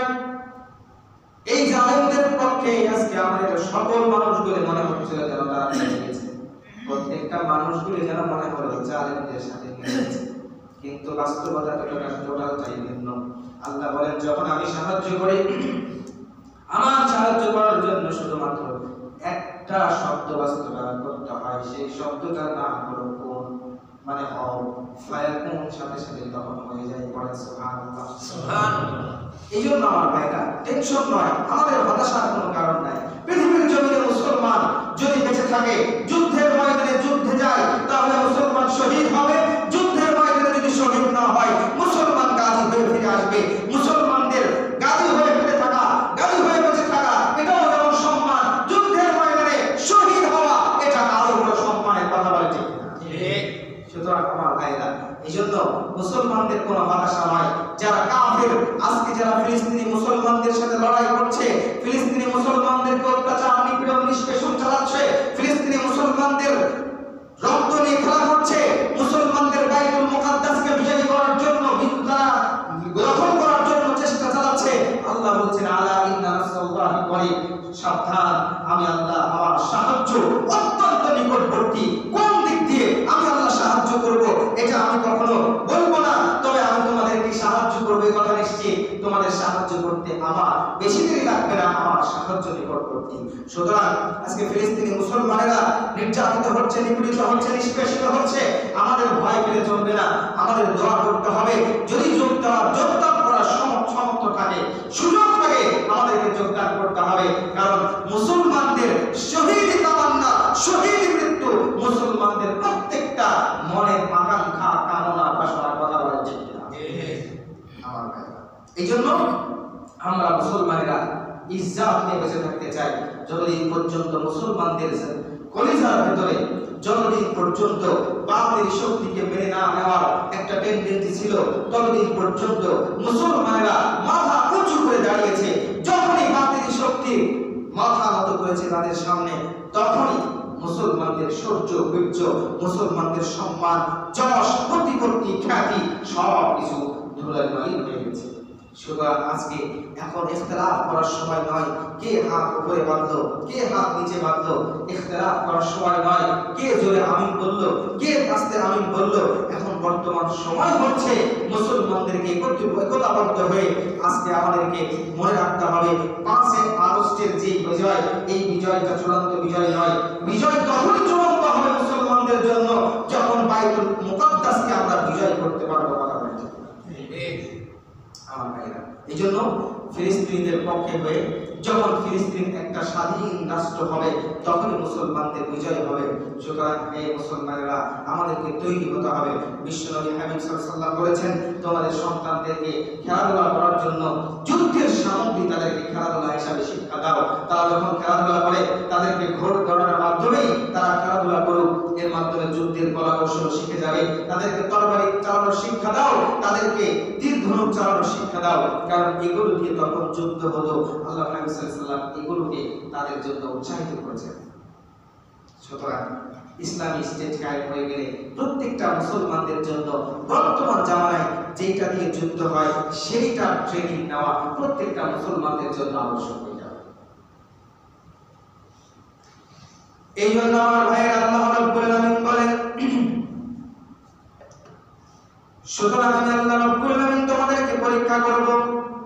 আম হাসিবতুম আন তাদখুলুল জান্নাতা ওয়া লাম্মা ইয়া'লামিল্লাহু আল্লাযীনা জাহাদু মিনকুম ওয়া ইয়া'লামাস সাবিরিন।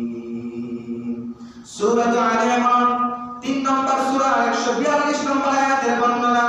আল্লাহ রাব্বুল আলামিন বলেন, তোমরা কি ধারণা করে নিয়েছো তোমরা এমনি জান্নাতে চলে যাবা? কিন্তু আমি আল্লাহ রাব্বুল আলামিন এটা জানবো না যে তোমাদের মধ্যে প্রকৃতপক্ষে কে আল্লাহর রাস্তায় জিহাদ করেছে আর কে ধৈর্য ধারণ করেছে এটা আমি জানবো না। সুতরাং 1 নম্বর শর্ত হলো জিহাদ, 2 নম্বর শর্ত হলো ধৈর্য ধারণ।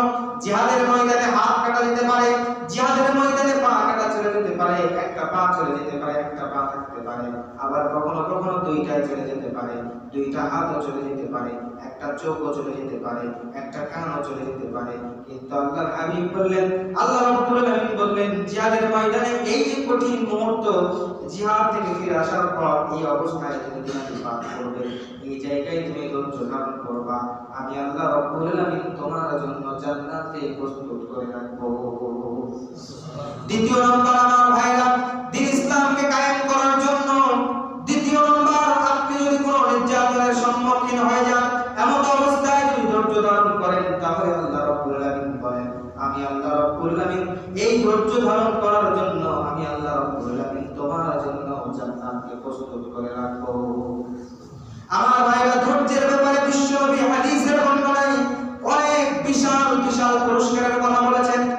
বিশ্বনবী বলেন, ইয়াফাস সাবিরুনা আজরাহুম বিগাইরি হিসাব। আল্লাহ রাব্বুল আলামিন বলেন, ধৈর্য ধারণকারী ব্যক্তি যারা ধৈর্য ধারণ করে, আল্লাহ তাআলা কিয়ামতের ময়দানে তাদেরকে এত বেশি সওয়াব দিবেন, নেকি দিবেন, পুরস্কার দিবেন, তাদেরকে বেহিসাব পুরস্কার দিবেন, কোনো গণনা করবেন না। সুতরাং ধৈর্য ধারণ করতে হবে। আমাদের নির্যাতন করেছে, নিপীড়ন করেছে, ধৈর্য ধারণ করতে হবে। একটি হাদিসের মাধ্যমে আমরা জানতে পারি যে ধৈর্য আসলে কাকে বলা হয়। এই ধৈর্যের সংজ্ঞাটা আমরা অনেকে হারিয়ে ফেলি। ধৈর্য বলতে কি বোঝায়? ধৈর্য বলতে আমরা সকলেই মনে করি সবর মানে হচ্ছে ধৈর্য। এই ধৈর্য আমাদেরকে ধারণ করতে হবে এতটুকুই। কিন্তু সবর কাকে বলা হয়, এটার একটি বাস্তব দৃষ্টান্ত আল্লাহর হাবিব সাল্লাল্লাহু আলাইহি ওয়াসাল্লাম বর্ণনা করেছেন। আল্লাহর হাবিব সাল্লাল্লাহু আলাইহি ওয়াসাল্লাম একদিন একটা মহিলার পাশ দিয়ে যাচ্ছিলেন। মহিলাটা কবরের পাশে বসে কাঁদতেছিল। আল্লাহর হাবিব সাল্লাল্লাহু আলাইহি ওয়াসাল্লাম মহিলাকে কবরের পাশে কাঁদতে দেখে মহিলার কাছে যাওয়ার পর তাকে বললেন, যে তুমি কান্না বন্ধ করো, তুমি ধৈর্য ধারণ করো, কারণ ধৈর্যের পুরস্কার বেশি না কম? বেশি। আল্লাহর হাবিব সাল্লাল্লাহু আলাইহি ওয়াসাল্লাম এই কথা বলে চলে যেতেই পারেন নাই। মহিলা এবার চট করে রাগান্বিত কণ্ঠে আল্লাহর হাবিবকে উদ্দেশ্য করে বলছেন যে আপনি কে? আমাকে ধৈর্য ধারণ করার কথা বলছেন, আমার সন্তান মারা গেছে আর আপনি এখন আমাকে বলছেন ধৈর্য ধারণ করার কথা। এটা কেমনে হতে পারে? আমার সন্তান মারা গেছে, আমি তো কাঁদবই। মহিলা সাহাবী আল্লাহর হাবিবকে চিনতে পারেন নাই। ইনি হলেন বিশ্বনবী মুহাম্মদুর রাসূলুল্লাহ সাল্লাল্লাহু আলাইহি ওয়াসাল্লাম। আমার ভাইরা, রাসূলের সাথে একজন সাহাবী ছিল। সাহাবী এবার পেছন থেকে মুহাম্মদ সাল্লাল্লাহু আলাইহি ওয়াসাল্লাম যখন কথাটা বলে চলে গেলেন, সাহাবী এবার ওই মহিলা ব্যক্তির কাছে আসার পর বলছেন, তুমি কি জানো এটা কি? তুমি কি জানো যে ব্যক্তি তোমাকে ধৈর্য ধারণ করার কথা বললেন, ওই ব্যক্তিকে তুমি কি চিনো? ওই মহিলা বলে না, আমি তো চিনি না ওই লোকটাকে। মহিলাকে এবার সাহাবী বললেন যে তিনি হলেন আমাদের নবী, বিশ্ব নবী মুহাম্মদুর রাসূলুল্লাহ সাল্লাল্লাহু আলাইহি ওয়াসাল্লাম। মহিলা এবার কবর থেকে কান্না বন্ধ করে বিশ্ব নবীর পেছন থেকে চলা শুরু করেছে। পেছনে পেছনে যেতে যেতে বিশ্ব নবীর বাড়ি পর্যন্ত চলে গেলেন।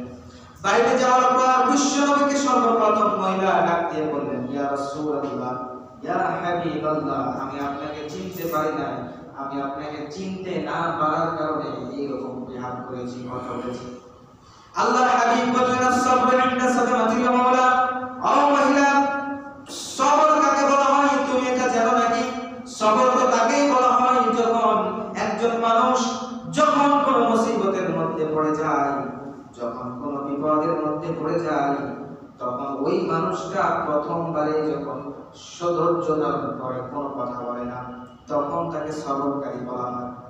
এই জন্য আমার ভাইরা, আপনার সম্পদ, আপনার ফসল ক্ষেত খামার নষ্ট হয়ে গেছে, বর্ষারি ঝড় আসার কারণে আপনার সম্পদ নষ্ট হয়ে গেছে, ক্ষেত খামার নষ্ট হয়ে গেছে, আপনি অনেক কথা বললেন, কথা বলার পর আপনি ঝড়কেও গালি দিলেন, আল্লাহকেও গালি দিলেন। কারণ ঝড়কে, বাতাসকে, আগুনকে, পানিকে যে ব্যক্তি গালি দেয়, মূলত গালিটা ঝড় বাতাসকে দেওয়া হয় না, মূলত দেওয়া হয় কাকে?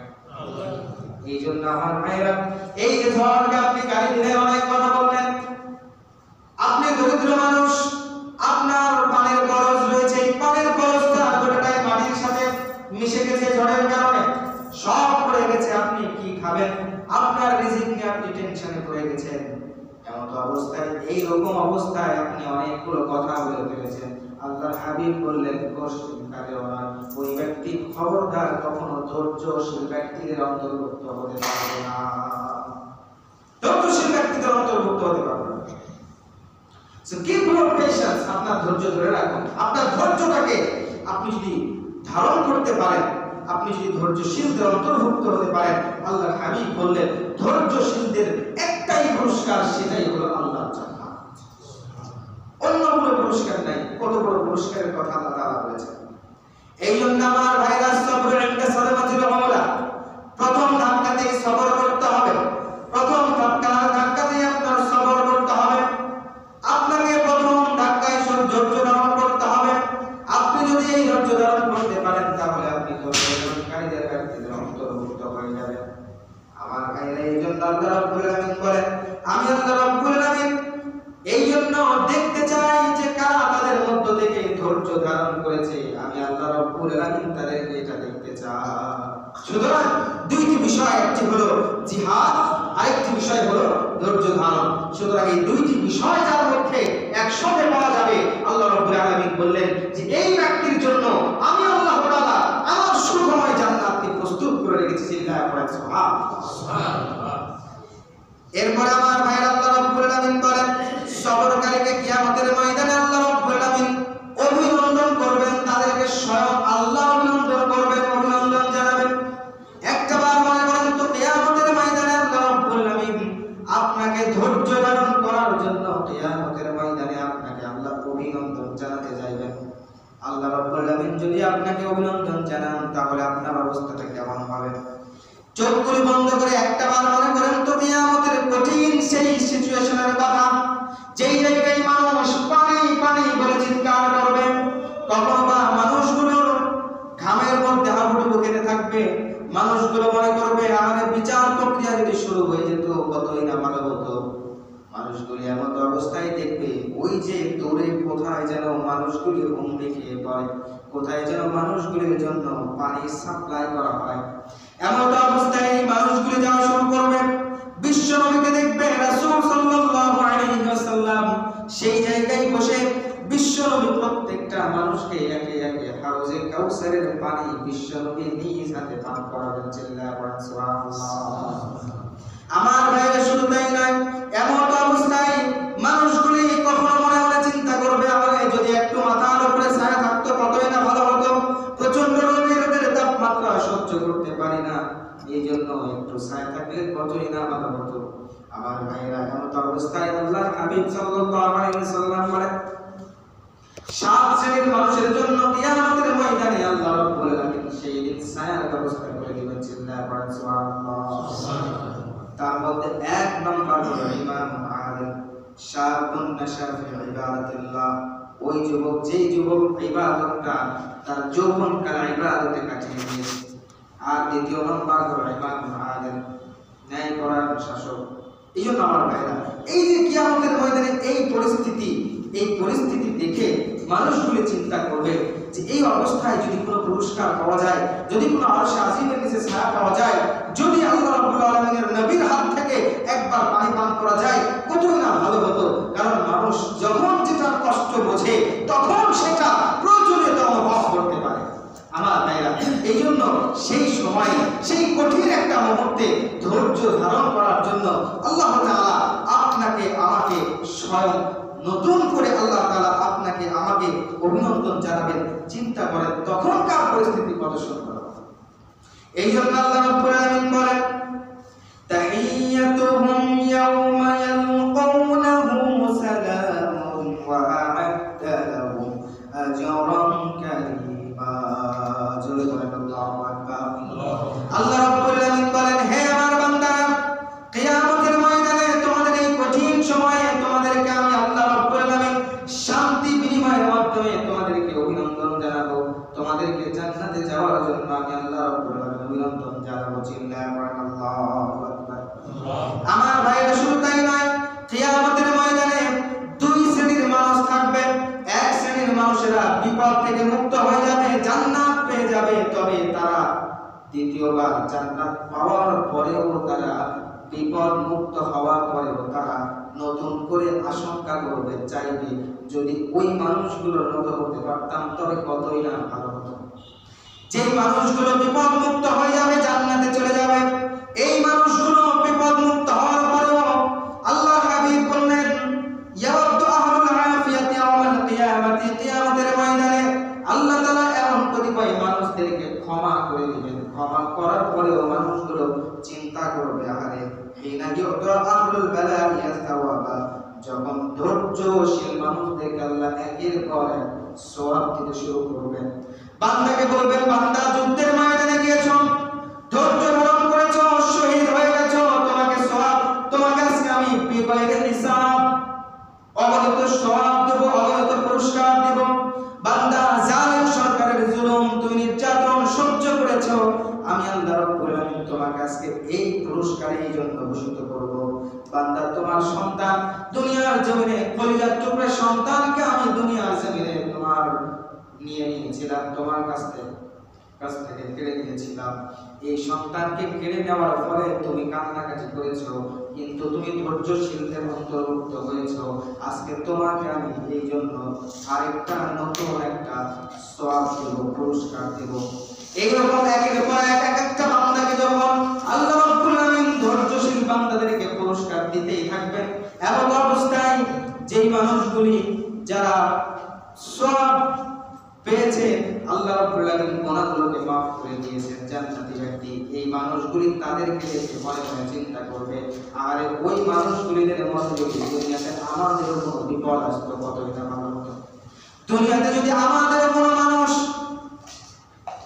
তারা বলবে দুনিয়াতে আমাদেরকেও যদি কোনো মানুষ আগুনের কেচি, উত্তপ্ত কেচি দিয়ে যদি আমাদের গায়ের বস্ত্রগুলো কেটে কেটে আলাদা করে দিত, তবে যদি আলাদা করে দেওয়ার কারণে আমরা যদি মাছের মতো জান্নাতে এত নাজ নিয়ামত সম্মানের অধিকারী আমরাও হতে পারতাম। আল্লাহু আকবার। এই আশঙ্কা তারা করবে, এই আফসোস তারা করবে। এই জন্য আমার ভাইরা ইমাম শাফিঈ রাহিমাহুল্লাহ আমাদের বর্ণিত আছে, কাজী শুরাইহ রাহিমাহুল্লাহ তিনি একজন প্রখ্যাত কাজী ছিলেন। তিনি সব সময় যখন বিপদ আসতো তখন তিনি 4 বার আলহামদুলিল্লাহ বলতেন। যদি বলেন কয়বার? 4 বার। কাজী শুরাইহ তিনি ইসলামী ইতিহাসে সবচেয়ে একজন দক্ষ বিদগ্ধ একজন কাজী ছিলেন। হিকমার সাথে তিনি অত্যন্ত চমৎকার করে মানুষকে তিনি বুঝিয়ে দিতেন, মানুষের ফয়সালা করতেন। এই কাজী শুরাইহ তিনি বলছেন, যখন ধৈর্য বিপদ যখন আমাকে স্পর্শ করে তখন আমি আল্লাহ রাব্বুল আলামিনের কাছে 4 বার আলহামদুলিল্লাহ অর্থাৎ প্রশংসা আল্লাহ তাআলা করে চিল্লায় পড়েন সুবহানাল্লাহ। কম সম ব্যাপার নয়, যেন তেন ব্যাপার নয়, 4 বার আলহামদুলিল্লাহ পড়েন।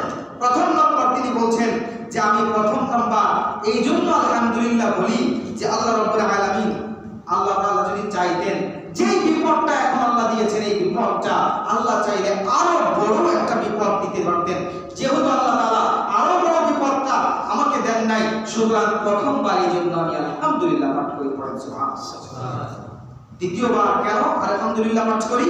দ্বিতীয়বার আলহামদুলিল্লাহ আবার বলি যে আল্লাহ তাআলা আমাকে এই যে বিপদ দিয়ে পরীক্ষা করছেন, এই মুসিবতে আল্লাহ তাআলা আমাকে ধৈর্য দিয়েছেন, আমি ধৈর্যহারা হয়ে যাচ্ছি না, এই জন্য ধৈর্যশীলদের অন্তর্ভুক্ত হয়ে যাচ্ছি, ধৈর্য ধারণ করতে পারছি, এই জন্য আমি দ্বিতীয়বার আরেকবার পড়ি আলহামদুলিল্লাহ পড়েন সুবহানাল্লাহ।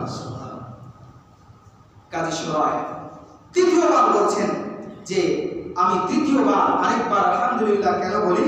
কারণ আল্লাহ রাব্বুল আলামিনের কাছে আমি এই যে বিপদ এসেছে এই বিপদে ইন্না লিল্লাহি ওয়া ইন্না ইলাইহি রাজিউন এই বাক্যটা পড়ার সুযোগ আল্লাহ আমাকে করে দিয়েছেন, এই জন্য আমি আরেকবার পড়ি আলহামদুলিল্লাহ।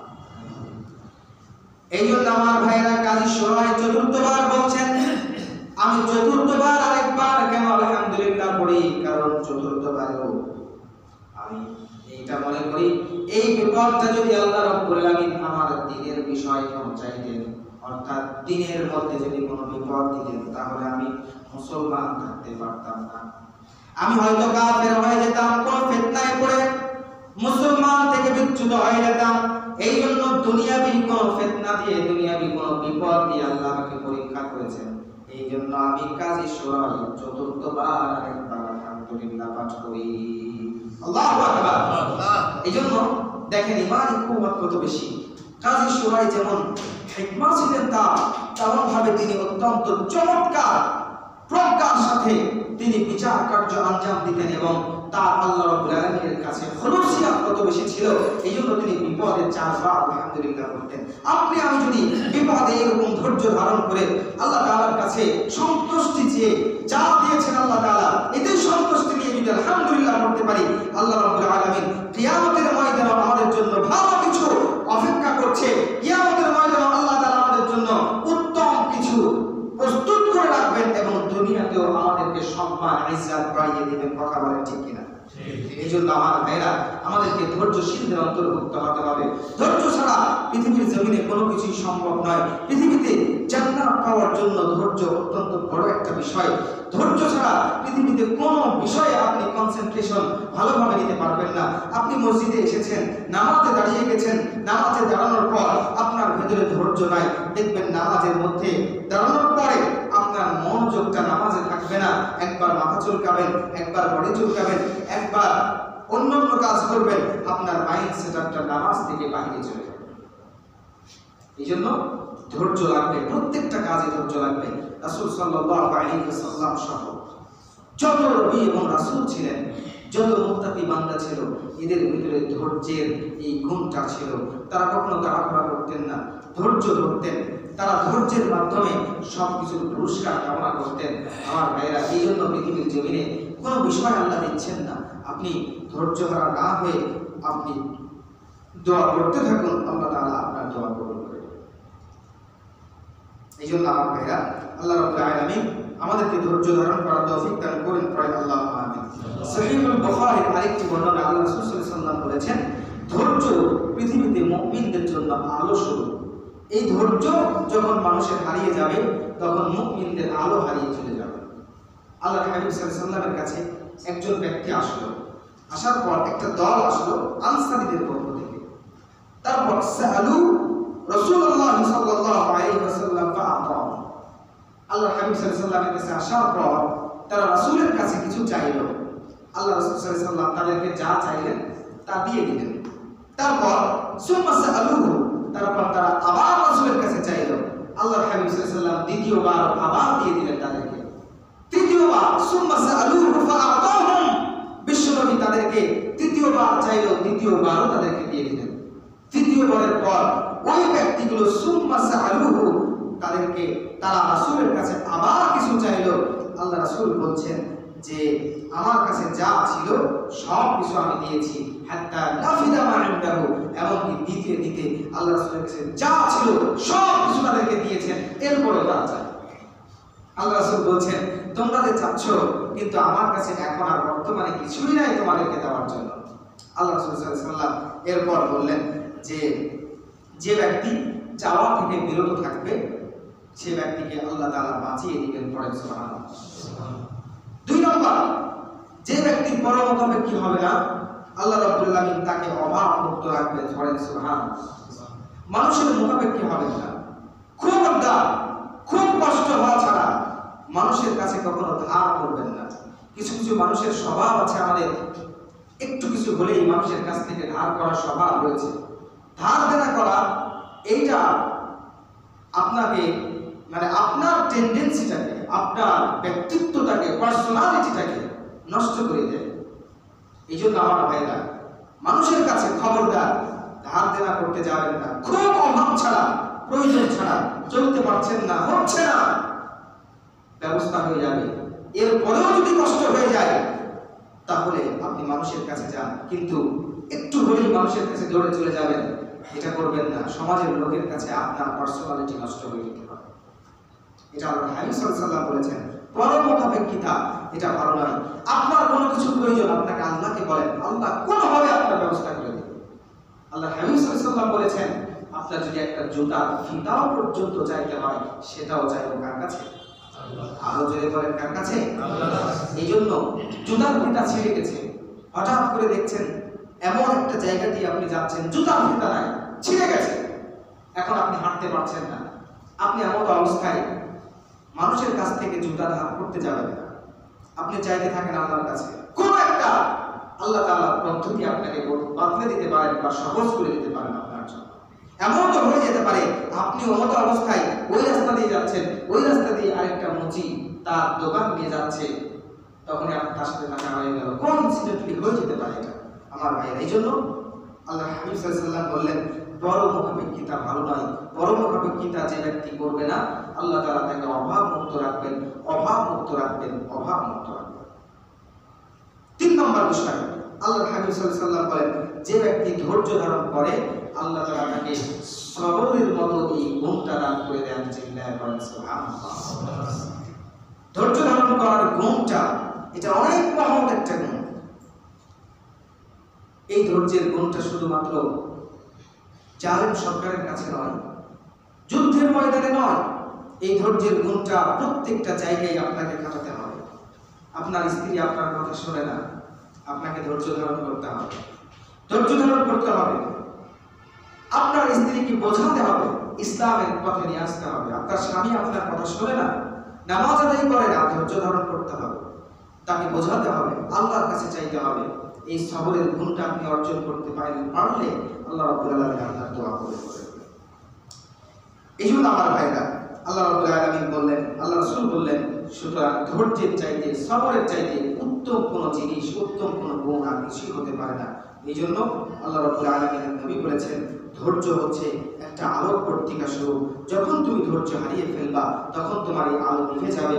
সুতরাং ধৈর্য এমন একটা গুণ যে গুণের ব্যাপারে সরাসরি আল্লাহ হাবিব সাল্লাল্লাহু আলাইহি ওয়াসাল্লাম পুরস্কারের কথা বলতে গিয়ে বলেছেন যে এই পুরস্কার আর কিছুই নয়, আল্লাহর স্বয়ং জান্নাত যা আল্লাহ ধৈর্যশীল বান্দাদের জন্য প্রস্তুত করে রেখেছে। আমরা কয়টা পর্যন্ত চালাতে পারি? আমাদের টাইম হয়ে গেছে, তাহলে এখন শেষ করে দিতে হবে।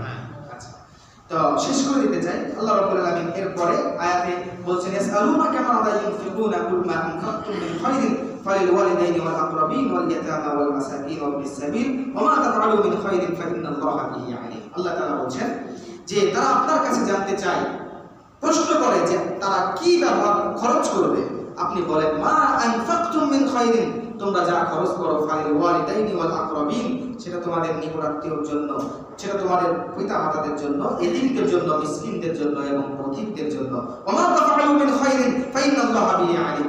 সুতরাং উত্তম কাজে যা কিছুই তোমরা করো না কেন আল্লাহ তাআলা সে সম্পর্কে সব কিছু অবগত রয়েছেন। এইজন্য আমার ভাইরা, এই আয়াতে আল্লাহ তাআলা দানের কথা বলেছেন। আপনি আপনার পরিবারের প্রধান পুরুষ, কখনো মনে হতে পারে এই দুনিয়ার জমিনে সংসারের ঘানি টানতে টানতে আর ভালো লাগে না। কখনো মনে হতে পারে আপনি বড় ক্লান্ত, বড্ড ক্লান্ত, আর সংসার ভালো লাগে না।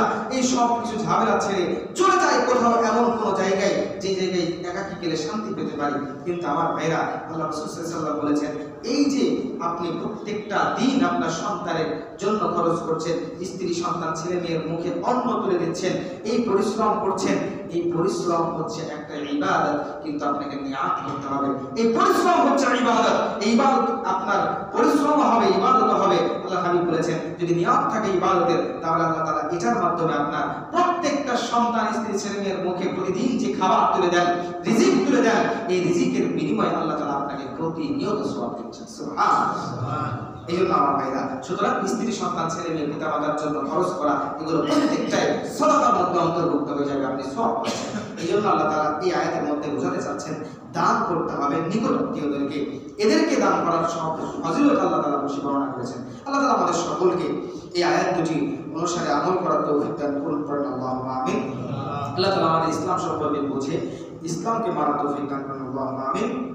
وآخر دعوانا الحمد لله رب العالمين سبحانك اللهم ربنا وبحمدك أشهد أن لا إله إلا أنت أستغفرك وأتوب إليك.